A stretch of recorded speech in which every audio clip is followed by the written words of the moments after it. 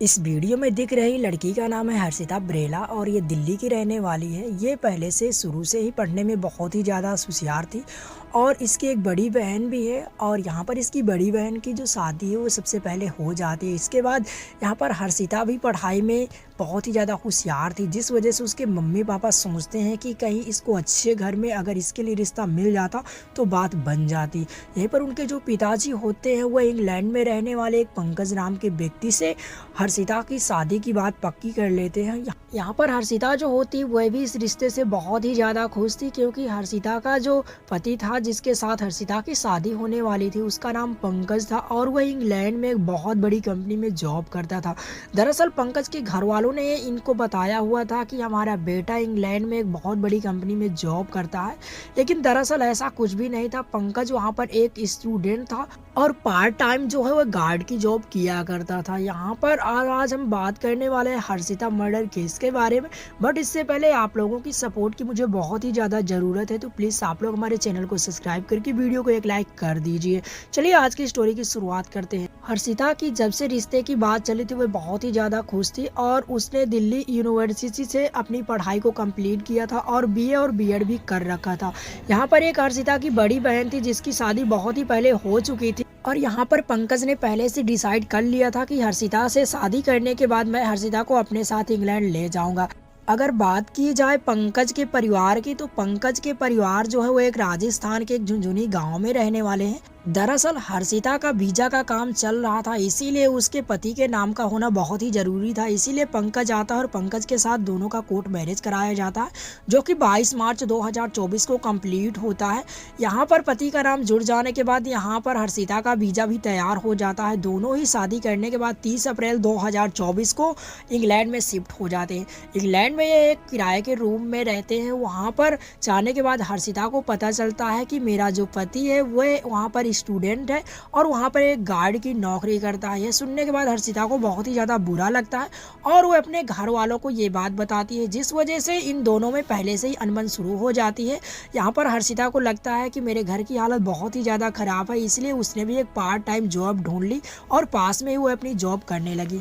लेकिन यहाँ पर पंकज जो होता है वो हर्षिता को अपने कंट्रोल में रखने के लिए उसके प्राइवेट सारे मूवमेंट को अपने पास सेव रखता और उसका मोबाइल अकाउंट बार बार चेक करता रहता। कभी उसके अकाउंट में थोड़ी सी भी सैलरी आती तो तुरंत ही उसे अपने अकाउंट में ट्रांसफ़र कर लेता था और यहाँ पर उसको आने जाने में भी काफ़ी ज़्यादा रोक टोक करता था और इन दोनों में बहुत ही ज़्यादा झगड़ा हुआ करता था, जिस वजह से हर्षिता काफ़ी ज़्यादा उदास रहती थी और 2-3 दिन तक अपने घर वालों से बात नहीं कर पाती थी और अपने घर वालों को इन सब के बारे में जब बताती थी, बट उनके घर वाले भी कुछ नहीं कर पा रहे थे। लेकिन एक दिन तो ऐसा होता है कि बात है 29 अगस्त 2024 की, जब इन दोनों का झगड़ा बहुत ही ज़्यादा बढ़ जाता है और यहाँ पर हर्षिता जो होती है पुलिस वालों के पास जाकर के कंप्लेन कर देती है और यहाँ से पंकज को पुलिस उठा ले जाती है, क्योंकि हर्षिता को बहुत ही ज़्यादा पंकज के द्वारा पीटा गया था। लेकिन पुलिस वाले जैसे ही पंकज को ले जाते हैं उसके दूसरे दिन ही यहाँ पर पंकज को बेल पर 3 सितंबर 2024 को छुड़ा लिया जाता है।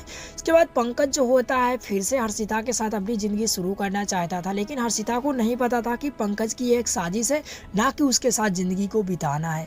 यहाँ पर हर्षिता को ऐसा लगता है कि शायद से एक बार के बाद यहाँ पर पंकज सुधर गया है, लेकिन हर्षिता को नहीं पता था कि पंकज ने पहले ही हर्षिता के अकाउंट से उसके डॉक्यूमेंट को लगा करके उसका OTP लेने के बाद उसके सारे अकाउंट के पैसे निकाल लिए हैं। यहाँ पर बैंक की तरफ से पंकज को फ्रॉड का केस भी लगा दिया जाता है। लेकिन बात है यहाँ पर 10 नवंबर 2024 की, जब हर्षिता फ़ोन पर अपने मम्मी से बात कर रही होती है। बात करते करते अचानक उसका फ़ोन बंद हो जाता है। इसके बाद जब उसकी मम्मी फ़ोन करती है तो हर्षिता के द्वारा फ़ोन को नहीं उठाया जाता है। इस वजह से हर्षिता के मम्मी पापा घर वाले काफ़ी ज़्यादा परेशान हो जाते हैं। इसके बाद से 2-3 दिन बीत जाते हैं, हर्षिता का कुछ भी अता पता नहीं चलता है। यहाँ पर इंग्लैंड पर एक रह रहे रिश्तेदार के द्वारा हर्षिता का एक केस फाइल किया जाता है जो कि मिसिंग पर होता है। अब यहाँ पर पुलिस जो होती है वो हर्षिता को ढूंढने में लग जाती है, लेकिन 14 नवंबर 2024 को हर्षिता की लाश एक गाड़ी पर मिलती है, जो कि पुलिस वालों के द्वारा जब्त कर ली जाती है। सूचना जैसे ही हर्षिता के घर वालों को पहुँचाई जाती है, उनके घर वालों पर हाल बेहाल हो जाता है।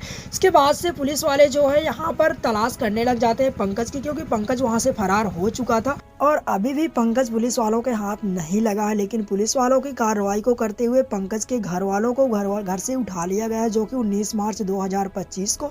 अभी ये जेल में है और अभी भी पंकज की तलाश जारी है। जरा और अलग अलग लोकेशन चेंज करने की वजह से पंकज अभी पुलिस वालों के हाथ नहीं लग रहा है, लेकिन आने वाले टाइम पर जैसे ही पुलिस वालों के हाथ लग जाता है तब एक बहुत बड़ा फैसला निकल करके आएगा। तो दोस्तों, हर्षिता अब इस दुनिया में नहीं रही। इसके बारे में आप लोगों की क्या राय है? कहीं ना कहीं ये रिश्ता झूठ की बुनियाद से शुरू हुआ था और अंत हुआ हर्षिता की मौत के साथ। तो दोस्तों, आपको अपनी राय जरूर बताना है। वीडियो को दोस्तों के साथ ज़्यादा से ज़्यादा शेयर करना है। सावधान रहें, सतर्क रहें, सुरक्षित रहें।